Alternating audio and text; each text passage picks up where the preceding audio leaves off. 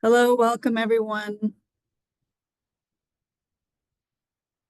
Just wait another minute as people join the session.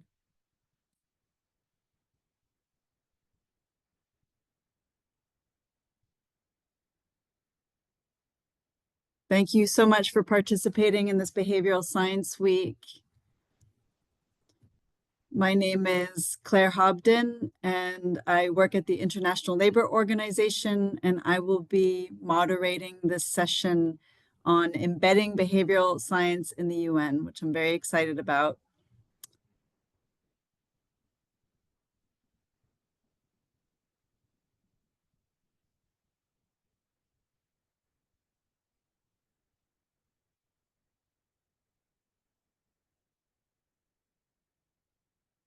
Okay, I think maybe we should get started.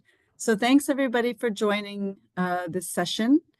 Again, this is a session on embedding behavioral science in the United Nations, which I'm really excited to be moderating, hearing about all of the progress that's being made across UN entities to further embed behavioral science and all the different ways in which that embedding is being made possible by the work of colleagues like the ones who will be presenting during this session. If you could go to the next slide, please. So behavioral science, UN Behavioral Science Week is organized by the Behavioral Science Group of the UN. This UN Behavioral Science Group connects UN entities and supports the adoption of behavioral science across the United Nations. As you can see, there's 7,000 members across 70 UN entities around the world in 150 countries, and the group keeps growing. So if you could go to the next slide, please. The behavioral science is part of the UN Secretary General's, UN 2.0 vision for reform for a new United Nations. And that part of this reform is really driven by what he calls the quintet of change. So that's data, digital, innovation, foresight, and behavioral science. Part of this Behavioral Science Week, in fact, really brings together some of these different areas of the quintet of change in a way that we have not done before. If you could go to the next slide. There will be quite a few references, I think, over the course of the week to the work of the UN Behavioral Science Group and the Office of the Secretary General to support embedding of behavioral science into the United Nations. But here are some really key resources, publications that were developed, including the Secretary General's guidance note, the UN Behavioral Science Report that gives you a sense of what kind of work has been done on behavioral science across the United Nations, the UN Behavioral Science Review, and the UN Behavioral Science Practitioner's Guide, in case you want to have a more text-based publication on how to embed behavioral science into your entity. And then, of course, you can also join the United Nations Behavioral Science Group. This is how we exchange knowledge and experience and ideas and collaborate to advance the uptake of behavioral science across the United Nations. Next slide, please. So for this session, I really encourage you all to listen carefully and ask all the questions that crossed your mind by using the Q&A button. This will be moderated then, and questions and answers will be taken at the end of the presentations. Next slide, please. So with that, I'd like to give you an overview of what this session will be talking about. Again, it's really about the efforts that have been made across UN entities to embed behavioral science. In that sense, it's really an essential part of the UN 2.0 efforts to bring behavioral science into the United Nations. We have many presentations today looking at how behavioral science has been embedded at the OHCHR, UNEP, UNDP, and then we'll have also a short presentation about new work, and I'll let you discover what that is if you stay through to the end of the presentations. So without further ado, I'll turn it over first to Jessica at OHCHR. You have the floor. Thank you so much, Claire. And I'm just going to share my screen here to get started. Give me one moment. Great. All right. You should all be able to see that. So my name is Jessica Summers, and I'm the UN 2.0 focal point in UN Human Rights, also known as OHCHR, a very long acronym.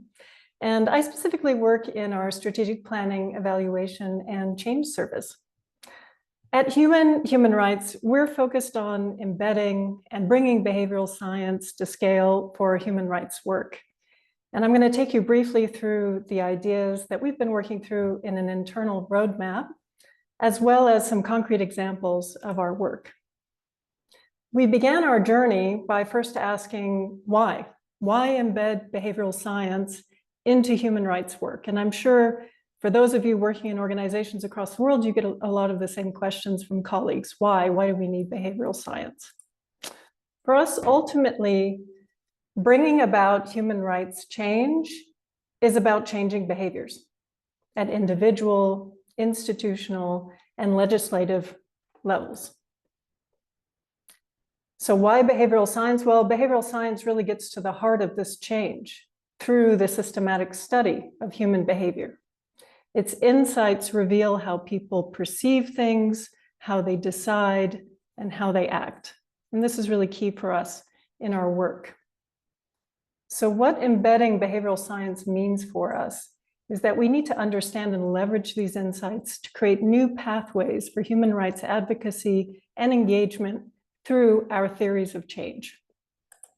And this is something we intend to do a deep dive on in the coming months. So practically speaking, we aim to strengthen our human rights toolbox by considering individual behavior within broader contexts. And there are a lot of different useful frameworks within behavioral science for us to apply here. This enables us to do things like diagnose barriers that prevent people from adopting a certain behavior, such as legal compliance or human rights norm compliance. It allows us to understand enablers that help people achieve their aims, and it also lets us design and measure the impact of our interventions. Now, there's a broader framework for this, which is that we have strategic plans already, and we went back through our pillar results, our action plans within our organization, and we realized there are a lot of areas where behavioral science may already be applied without really knowing it, or that there are new areas of work that would really benefit. And these are just a few that you see on the screen here. But overall, what we're focused on is embedding behavioral science into our strategic plans so that we can rapidly identify efficiencies and improvements in the way that we work, so that we can really have impact in our human rights work. This is not only for UN human rights, though, but really across the UN system. Many of you have maybe heard of the Secretary General, his new initiative called UNEP, which is about rapid efficiencies and improvements in the way that we work. And so we really see the value of behavioral science in this journey. So I mentioned that we have built an internal roadmap for behavioral science with these objectives in mind and guided by UN 2.0, which was just highlighted by Claire. And within that roadmap, we're really focused on how can we foster enablers, build capabilities, and nurture organizational culture. And the culture piece comes up a lot, not just for us, but for other UN entities as well, as we try to implement UN 2.0. I'll take you briefly into some of these areas. So when we talk about capabilities, we really have two interlinked tracks. One is how do we apply behavioral science perspectives to our office's effectiveness? So ensuring that everyone has a foundation to discover, access, share, and apply behavioral science in their work. And then the other, which is interconnected, are capabilities to design behavioral science interventions for impact in our human rights work, ensuring that behavioral science is embedded in our planning, our programming, our results, and our decision-making. Now, these two are interlinked, but they have different kinds of enablers that will help each along. I talked about the culture element. So we've looked at work of various behavioral scientists, including Edgar Schein, who has talked about the core elements of our culture and how we believe we can use behavioral science to shape those. And so that's something that we've mapped out in terms of our organizational action plans, but I think it's also something to consider is promoting organizational culture through a behavioral science lens. So we talked about in the roadmap, building capabilities, designing behavioral science interventions for impact in human rights. Essentially, how can we practically use behavioral science? And I think everyone this week is tuned in to know specifically the answer to that question. As with all UN 2.0 quintet areas, we want to take a use case centric approach. So what that means is that we define first the purposes for which behavioral science is needed, specifically for us in human rights work. And then we build our capabilities and our enablers and shift our culture through those use cases. This is also a very practical approach as we look forward to resource constraints. So instead of building everything out first, capabilities, culture, and enablers, and then trying to fit those to use cases, we start with the use cases first. We've been holding sessions to introduce colleagues to behavioral science and also map out these use cases. More is coming this year as we socialize our internal roadmap. But I have a few examples of projects that have already been underway in the areas of technical cooperation, advocacy, program design, and organizational effectiveness. And I'll highlight a few of these here. So one of our early efforts to enhance our organizational efficiency with behavioral science was to use it to reduce our environmental impact as an office. And the team did a number of surveys and analysis on workplace behaviors and our corresponding carbon footprints, and then an advocacy campaign internally on how we could promote a more environmentally sustainable OHCHR. We're also refining and amplifying how we communicate the impact of our human rights work through behaviorally informed storytelling and communications techniques. And this has been a really important journey for all colleagues to go through, is refining communication techniques, refining how we tell our impact stories. And it's something that member states and communities and various other individuals are asking us for. How do we tell our impact story in a more meaningful and impactful way? We're also exploring outside the box a little bit. So looking at things like forum and legislative theater for change and embedding behavioral science in this approach when we do our advocacy and community engagement work. Last year, we brought together about 20 colleagues from across the globe, 11 of which came from our country and regional offices, to explore the possibilities of using theater for change and a behavioral mindset as we promote those events.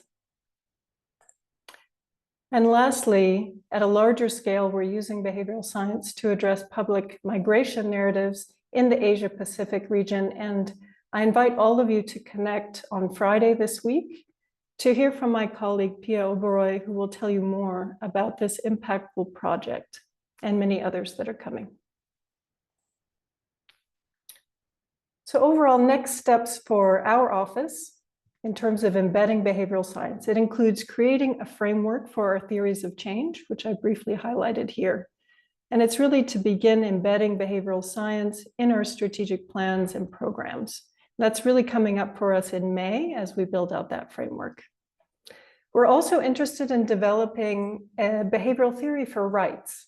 Now, there are many behavioral theories and lots of research that's been done in other sectors. There's been quite a bit done on legal norms and compliance, which I think is referred to as behavioral jurisprudence, which holds a lot of validity for us. But we are interested in building out this behavioral theory a bit more. And we will continue our use-based approach to building out capabilities, enablers, and culture through our internal roadmap. So all of this balanced against existing resources and what we can do within our existing frameworks. If any of this resonates with you, I welcome you to reach out as we go through this journey. And it's really a chance for all of us to learn and improve together. Thank you so much.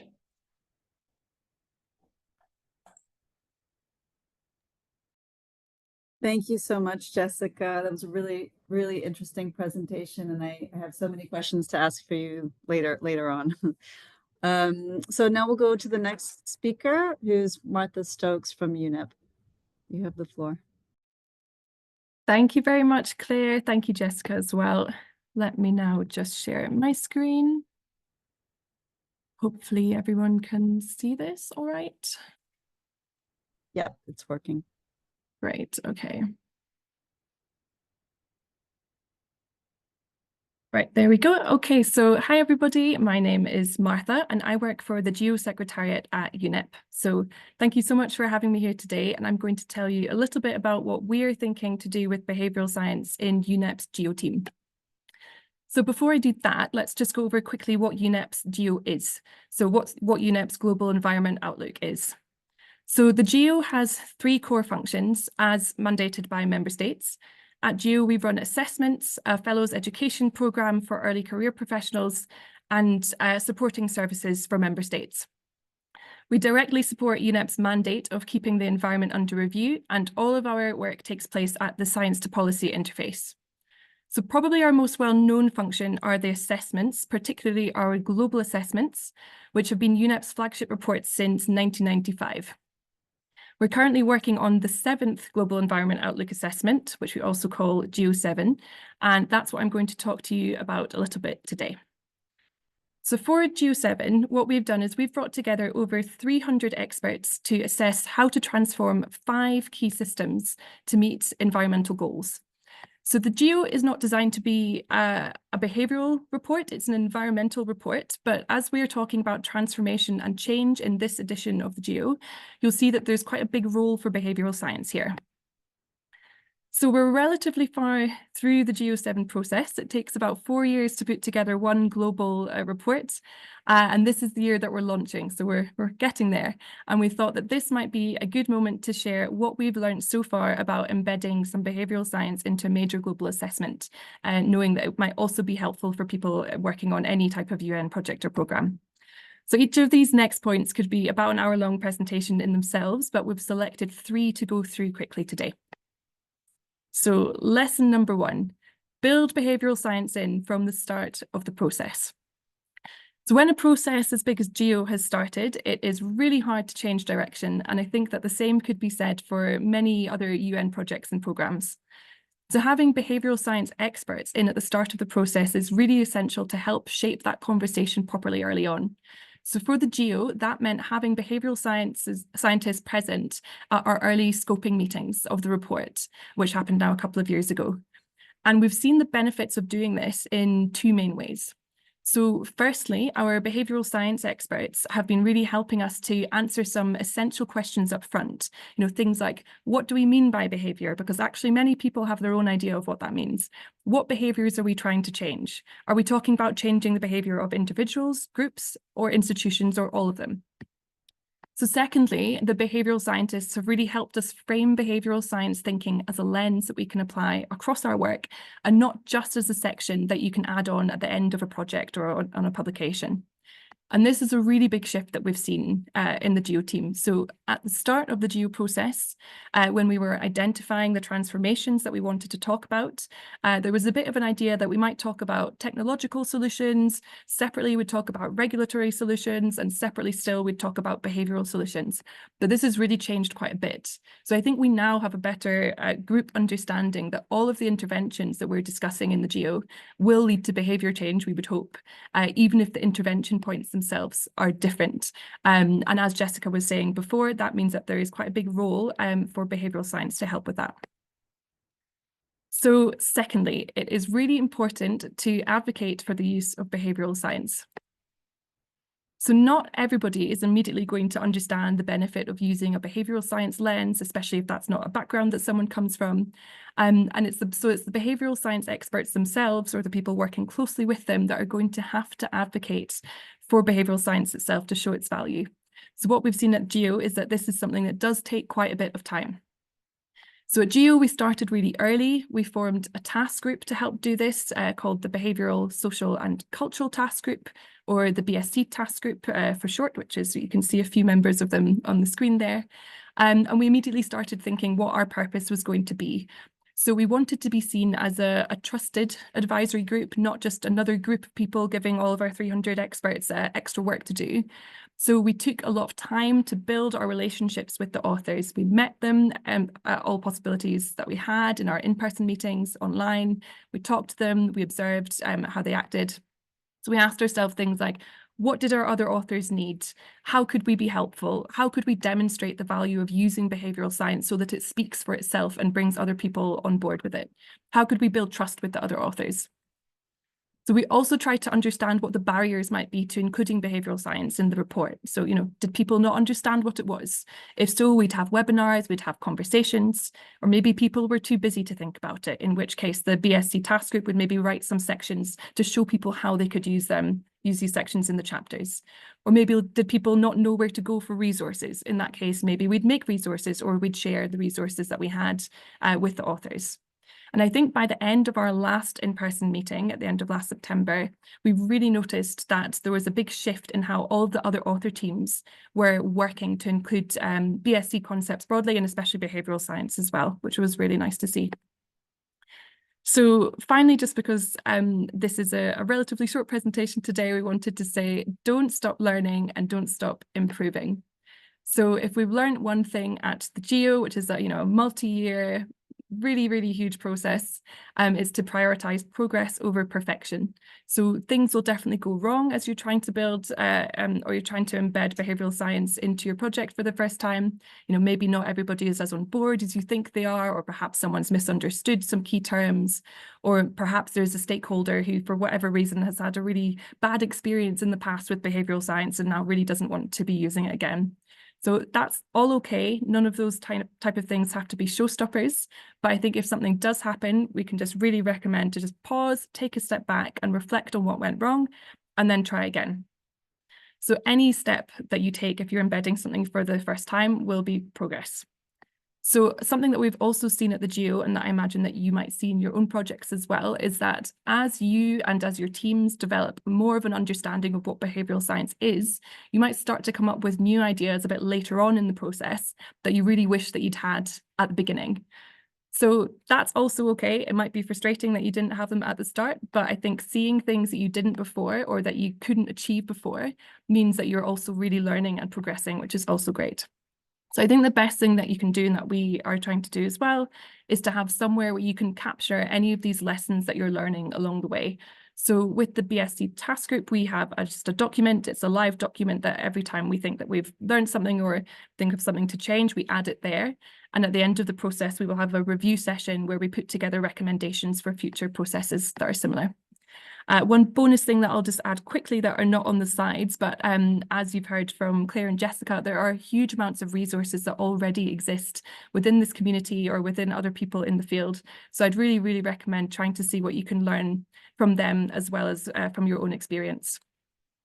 So just before I stop, there's a few more things for the GEO team to be working on this year, but our next major milestone will be our launch in December. So that's when you'll be able to see the final GEO 7 report, and I'll be able to go into a bit more detail about the content. Other than that, that's everything from me. I'll stop there, but just thank you very much again. I'll post some links into the chat, so please do let me know if you have any questions. And otherwise, I'll hand over to my colleagues from UNDP now. Great, thank you, Martha. That was a wonderful presentation, very concise. And I just wanted to remind everybody to please put your questions in the Q&A through the Q&A button at the bottom of your screen. So yes, with that, we will now turn it over to UNDP with Lazar Popivanov and Christian Para. You have the floor. Thank you, Claire. I'm gonna start this. We are working together with Lazar as part of the accelerator lab at UNDP, and one of the roles that we have is embedding experimentation into sustainable development. So you can go to the next, please. The accelerator lab is I think we are seeing not the presenter view, the presenter view, Claire.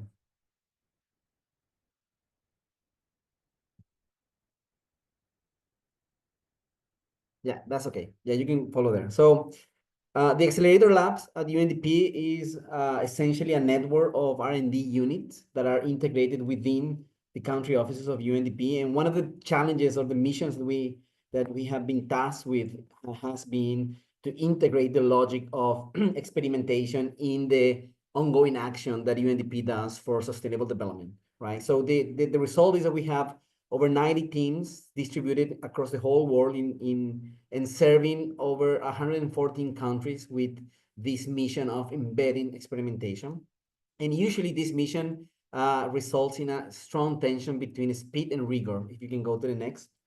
As you can see, our role is really to try to generate knowledge and evidence about what works and what doesn't in sustainable development. And in this kind of role, usually we are faced with a paradox, right? The paradox of managing this tension of accelerating learning, trying to go out in a very kind of like speed up way of generating evidence, but at the same time, speed not always plays along well with the rigor that is required to really generate the evidence in a very rigorous way. So usually what happens is then that we need to kind of find a middle ground. And that middle ground is what we call the principle of feasible rigor, right? Generating robust evidence within the constraints of real world development actions that are those that UNDP through its different programs and projects is delving with, right? So the feasible rigor principle eventually results essentially in how much, or depends essentially on how much control we have of the following 4 elements that we can see in the next slide. Whenever we go on to try to embed an experiment within the programs and the projects that we do for sustainable development, we usually have to kind of like grapple with how much control do we have over the 4 elements that you can see in the screen. The first element is what is the question we are trying to answer, or what is the learning question we are trying to kind of like dig into. The second element is what hypothesis we have about the action for development that is going to be in place, or how do we think about the phenomenon that we're going to be trying to understand. The third element is the data that we can collect, or how do we collect the data about that phenomenon and around the experiment that we are conducting. And the fourth element is the analysis. What strategy do we have in order to analyze and interpret that data in order to derive some policy implications or sustainable development implications from it. Usually what we have learned from these 5 years working at UNDP and trying to embed experimentation in sustainable development is that often we have full control of the first element and the last element. You know, what's the question that we want to answer and what is the analysis and how do we analyze and interpret the data? But we don't have that much control on the 2 of the middle. We don't have that much control on the hypothesis and the strategy to collect data, right? We lost now it's a screen sharing coming again. So usually the hypothesis is heavily linked to the actual intervention, to the action for development, right? And this action sometimes is not really, it's not something that we decide, it's something that is decided between multiple and diverse actors in the system. And therefore the hypothesis is something we need kind of like tweak in to say what part of the whole action is actually something that we can learn from, right?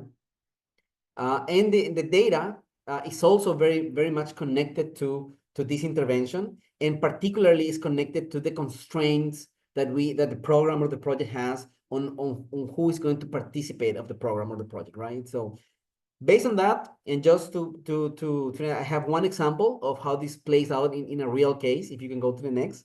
A few years ago, we had an experiment about recycling in the city here in Asunción. The experiment basically was about connecting directly informal waste pickers that were already working in the city with households so that they can kind of like go over through house by house to collect the recyclables that the household is segregating. If you go to the next. So how this played out, essentially, the element that kind of like defined the hypothesis was that the project had already defined that they wanted to have this kind of direct interaction between neighbors and waste pickers, right? So then that already place a boundary of what kind of work we could do. That led us to, after a lot of a study of what could change through this, we realized that the one thing that could change and that we could measure was the trust between the households and the waste pickers. So we organized the whole experiment around this idea that we would measure if by doing this, we could measure some level of increase in the trust and between the households and the waste pickers, right?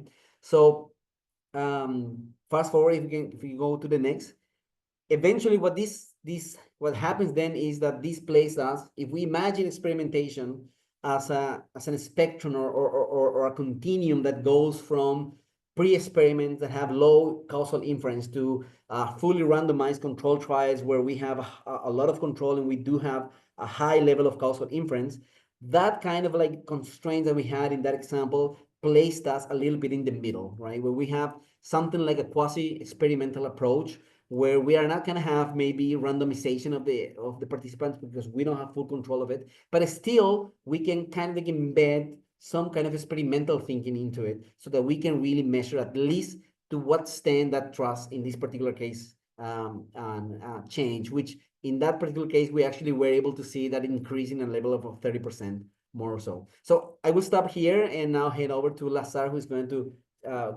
talk through the next few slides. Thank you very much, Christian. Thank you, colleagues and friends, for inviting us to share our thoughts in this webinar.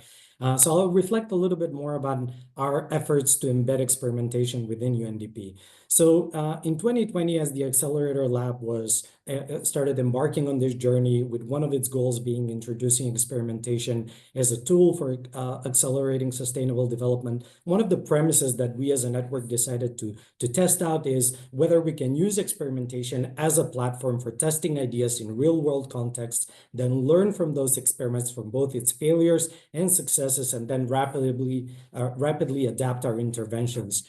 And then use this evidence that we're generating to tackle the development challenges of today. So 5 years from that establishment of the labs, today we have over 400 experiments that are conducted by our labs that are tackling challenges across all SDGs, with nearly half of those experiments being handed over either to UNDP programs or some policymakers in the countries for scaling. And then 23% of those experiments have been expanded within the countries, which can signal that the experimental approach is getting traction beyond the initial pilots. What is interesting is that after 5 years of having experiences in embedding experimentation, we feel within UNDP, we feel we are at a tipping point to the extent of acceptance of experimentation as a practice within our organization. So let me tell you a little bit more about what we mean by this. We can go to the next slide. We believe that for experimentation to be truly institutionalized and internalized in our organization in UNDP, it should move slowly from the periphery or from the innovation teams that are spearheading these efforts into the core of UNDP programs, policies, and decision-making frameworks. So here we borrowed a little bit of inspiration from international relations theory, particularly from norms dynamics, where in order to track the certain creation of a norm in international relations, they start from an emergence of the norm to its cascading effects and then towards internalization. So we believe we can do the same with experimentation within the UNDP system. So the status quo currently, the situation is that experimentation is referenced and reflected in strategic documents of our organization, is reflected in new partnerships, and supported by senior leadership within organization and within country offices. However, we think that in order to reach full internalization, experimentation must become a resourced function and an expected default function rather than an add-on or an optional approach. This would mean securing institutional support, dedicated funding, and leadership buy-in to make experimentation a standard part of problem solving at UNDP. Now, the main question for us is whether this norm or whether experimentation in itself is indeed internalized in UNDP, but I don't think we can answer that question at the moment. We can take a step back and look at some of the situation that or some of the experiences that we have that are on the next slide that we can comfortably talk about. So for instance, what is it that we know today?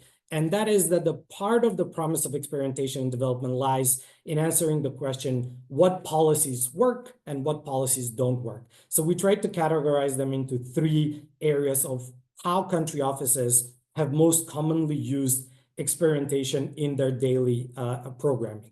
So one is, experimentation is a good tool to use to de-risk using or kickstarting innovative tools in development projects. So here I'm talking about experiments for collective intelligence or crowdsourcing or crowd mapping, or using digital or data or AI into our everyday work.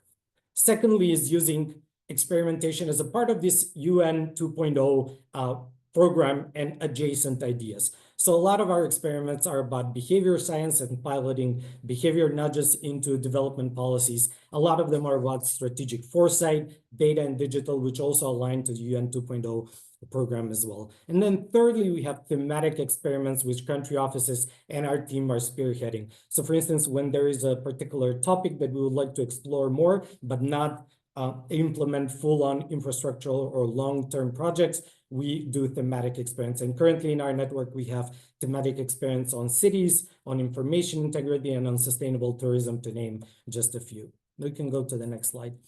What we do believe, though, is that we can testify about what approaches have worked when we're trying to pilot or jointly implement experimentation as an approach in our country offices. And that is, you have to be humble, we think, when we're implementing new and innovative approaches. You have to build some kind of a consensus in the country office around the experiment. Usually experiments should be participatory. They should be accountable and transparent, and probably most significantly, they should create and enable feedback loops so that you can revise and adapt quickly. Secondly, and very importantly in our case, communities are excellent partners for experimentation. A part of the role of the Accelerator Lab is to bring the offices closer to the communities. So we think that teaming up or co-creating with communities experience or doing them jointly with them is a great idea. And then finally, be very open about sharing both your successes and failures to the public and to the organization itself, by which we kind of enable this culture of sharing learnings and general insights from our experiments. I'll stop here. Thank you very much for the opportunity, and happy to answer questions in the session afterwards. Thanks.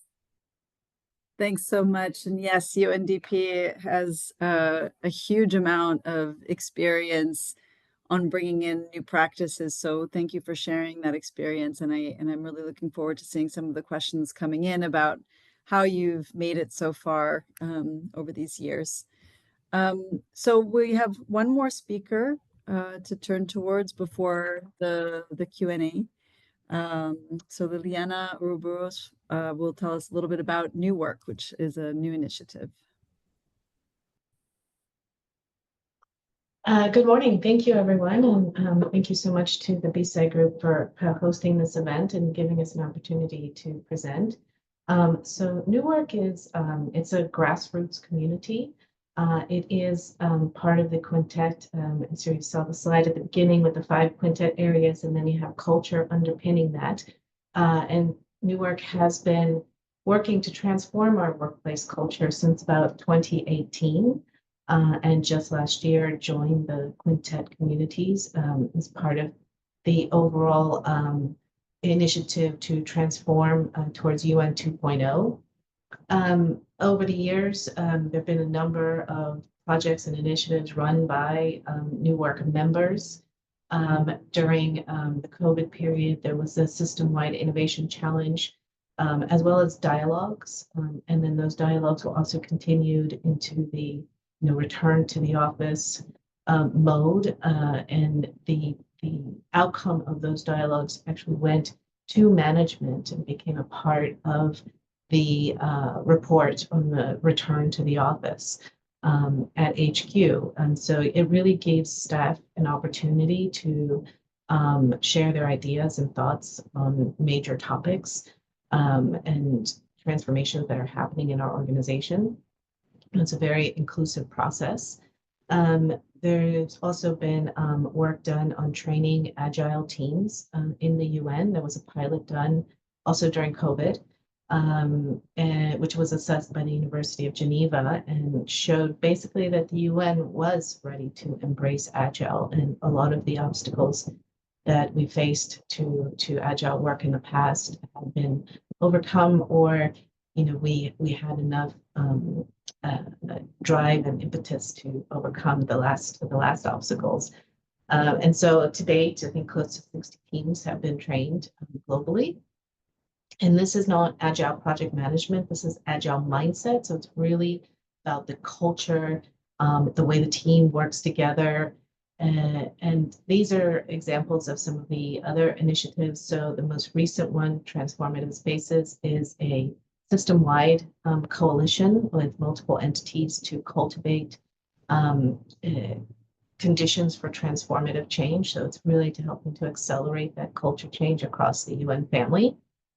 The Reimagine the UN Together that was a system-wide challenge that was again conducted by a coalition of multiple entities and networks. Newark was not working alone here. It was also Young UN. UNIN was involved as well as several departments and entities across the UN. A few other examples, Untold, are mini documentaries that are telling the story behind the scenes of UN operations and making it accessible for other locations to duplicate these innovations in their own. And then one of my favorites is the innovation, which was again building upon previous experience, lessons learned, and the networks across the organization. So in Geneva, Young UN had conducted a pilot of this Google Time kind of initiative in which staff would have dedicated time for innovation. And then Vienna built upon that and ran an even more successful pilot, which is being mainstreamed within UNEP and UNODC. So really, it's Newark is a community. It is not an initiative in and of itself. Its members are change makers who are passionate about transforming our workplace culture, bringing innovation and creativity into our organizations in the UN family. So hopefully you can join us and contribute to this because the more people there are and the more projects that are involved, the more we can bridge those silos and reduce the duplication that we see across the UN system.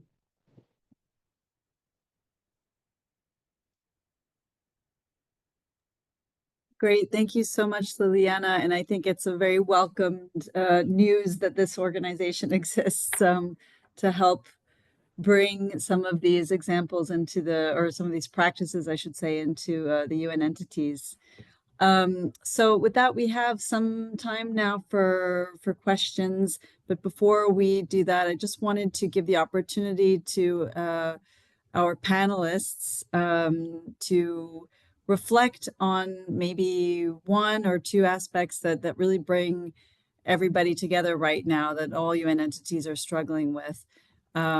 So how would you say, I mean, I think there's been quite a lot of questions as well about first steps. So maybe I'll embed that into this question as well. So how can we use behavioral science to reimagine the work of the United Nations?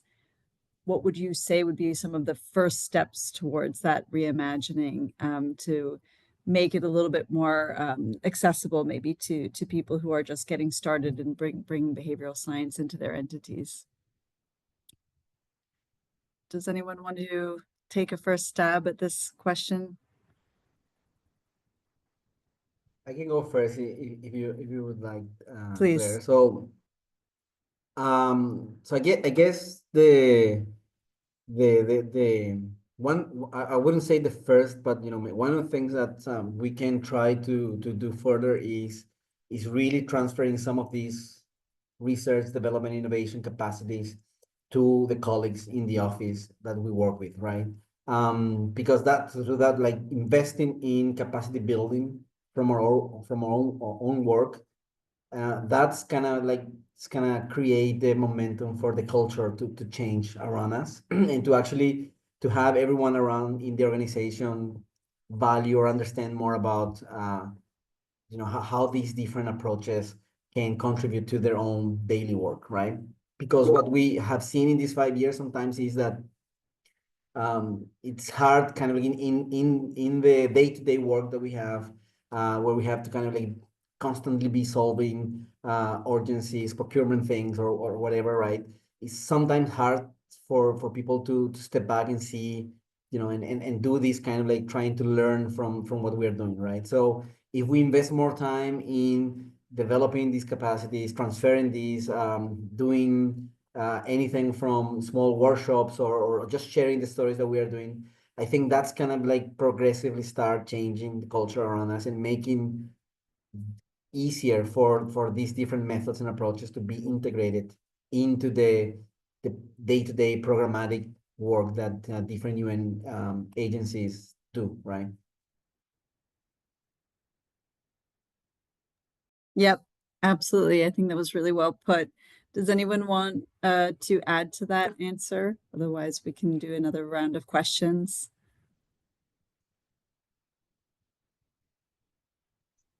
I think just to, emphasize how important it is that we reach across the silos, and learn from one another and try to bring the creativity from one organization to another organization. Because especially with such limited resources and resources dwindling even further, depending on one another and supporting one another is going to be super incredibly important in the coming period. Yeah, just to add to what Liliana said, absolutely. I mean, we're facing resource constraints, so making additional investment for us is going to be more and more difficult. So we're really trying to look at it's taking a behavioral approach actually to how do we embed this. We look at things like where are colleagues already receiving training? All of our colleagues go through results-based management training. They all go through the program planning cycle and receive training on that. So as I mentioned, our work around the theories of change, we're looking to embed it directly into those existing trainings and put it within context. And I think that's a really good place to start, is looking at where you already have existing training, existing workshops, existing events and things within your organization, and how you can put behavioral science within context of those things. The more we seem to try and put out individualized training around behavioral science, the more colleagues have said, we don't understand, how does this fit into our regular work, or aren't we doing this already? So it's not always tying up the loose ends for them. Yes, absolutely. And I think that's absolutely right, is doing a good mapping of what systems are already in place, what are people already doing to try to limit the number of additional tasks that people have to do. I think that's really helpful advice. I think there are quite a few questions really about, what are the first steps that need to be taken? How can we start to convince colleagues that behavioral science needs to be taken up? And a couple of questions as well that relate more to how behavioral science is built in from HQ to the field, and where does the expertise come from? Where does the embedding start? Does it start at headquarters, or does it start in field offices? Can it be one or the either or both? Does anyone have any thoughts on that?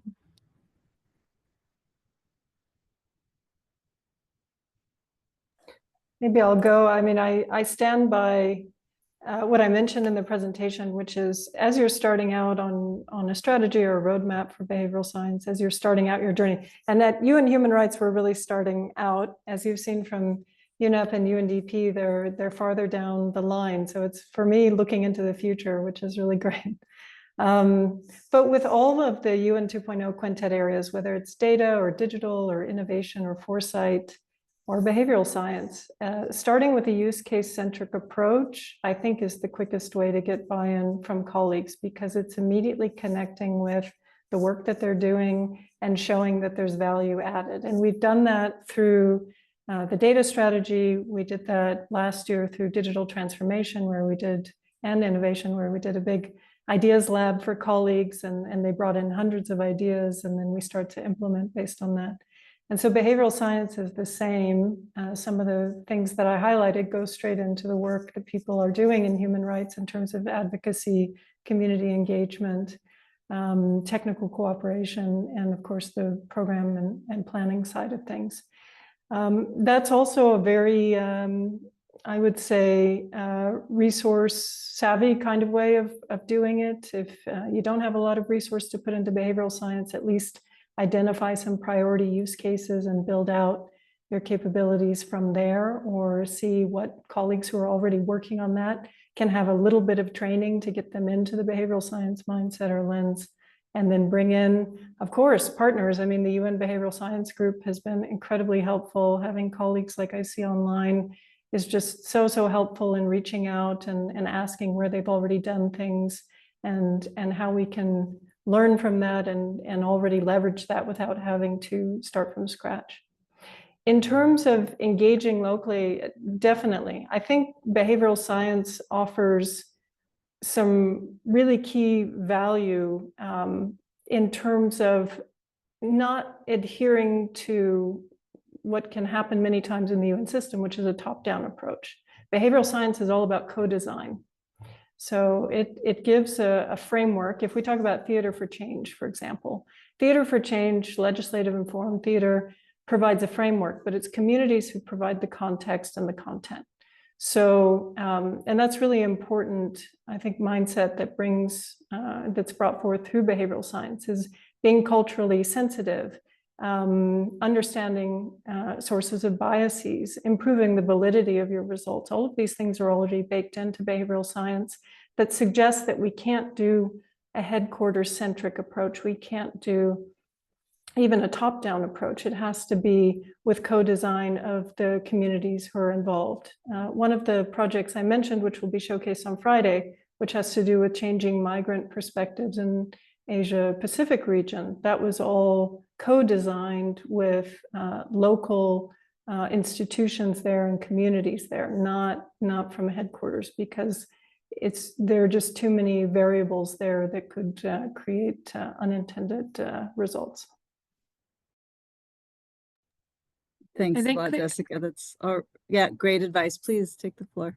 Sorry, Claire. Yeah, I was just going to jump in after Jessica there, and firstly echo everything that she said, because I think those were loads of really good points. I just wanted to add one more small one, which was, I think, something that we've seen quite a lot at GEO as well, is that this is to do with really embedding it. Where do you start? A lot of people were actually using behavioral science concepts and approaches without really knowing that they were. So even though some people might have been hesitant to embed behavioral science, or thought, oh, I'm supporting it, but it's not me, it's someone else who needs to do that.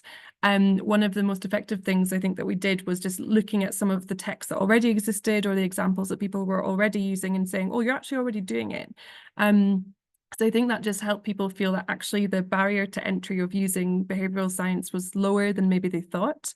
And also maybe people had a better understanding in some ways of behavioral science than they already thought. And then that helped just, yeah, create a bit more of a community amongst all of the authors, which then helped with going on to the second point of, does it need to be a sort of a top-down approach or a bottom-up approach? By this point, we had then quite a few people across different chapters who were saying, oh yeah, behavioral science is really useful. How can we bring this in? Then our assessment co-chairs, our more senior stakeholders were then saying, oh, this is really useful. People are wanting it. There's demand for this. What can we do to support this? Okay, let's support the formation of a task group. So yeah, I would advise anyone to have a look around at what's already there, and maybe just needs different language to explain something that already exists, and maybe that can help too. Thanks a lot. Does UNDP want to come in? Yeah. Thank you very much, Claire. Maybe I would like to share just one resource that potentially could be useful for colleagues that are in the chat, but also answering a part of your question there.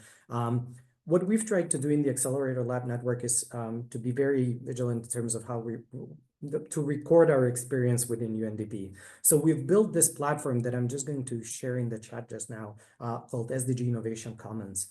And this platform is a collection of over 8,000 documents, let's say, that combine experiments that we've conducted in the network, map solutions in the network, and then exploration reports. And what is useful for anyone starting in using behavior nudges or behavior science in their projects and programs, they can look up in this platform based on the tag behavior science, and all of these activities or pilots or projects will pop out. And then you can find how the experiment went or where the solution map is in the world. And then you can reach out to one of the accelerator lab teams around UNDP to get more information from them. And because they're eager, I think all of us are eager to talk about our activities. You should, someone will respond to your query. So that might be an interesting resource for everyone in this chat. Thanks, Claire. If you allow me just one quick comment too on this topic of from for top down or bottom up kind of like I think the labs are one example of a mix kind of in a way. The labs started at headquarters. They decided they were going to create a network of laboratories, but then those laboratories were not in headquarters. They were integrated in the middle of each different country office that UNDP has, right? And that gives the network a foothold on the actual territory in the communities where you're actually trying to drive change. And I think there is a lesson and a challenge. I think the lesson is there needs to be kind of like a higher level leadership for this to actually happen. But then if that leadership or if that decision doesn't, take a hold on actual country offices, it will not have impact, right? So it has to be both ways in the end, right? It may come from above in the sense that that's gonna push it forward. But if it doesn't really, if it's not adopted and if it doesn't have a value in each country office or in each local context, then that's not gonna also pan out, right? So there needs to be kind of like a connection between these two in the end. Thanks so much. And we're really wrapping up here, but I think that there were a lot of resources that were shared in the chat that can help people along their way in embedding behavioral science. We've had a couple of additional questions on the question of expertise and qualifications and where can you find it. I think joining to start with the UN Behavioral Science Group is a really good way to connect to other people across the UN who are interested in behavioral science or who are applying it, participate in webinars when they happen, and really use all the resources available that were shared here today. So with that, I really want to thank the panelists for sharing their experience and for all of the questions. It was a very active Q&A section, a lot of chatting across as well, which was very interesting to follow. So thanks everyone, and please do join the rest of the UN Behavioral Science Week events that are coming up for the rest of the week. Thank you so much. Thank you, everyone. Thank Bye-bye. you. Bye.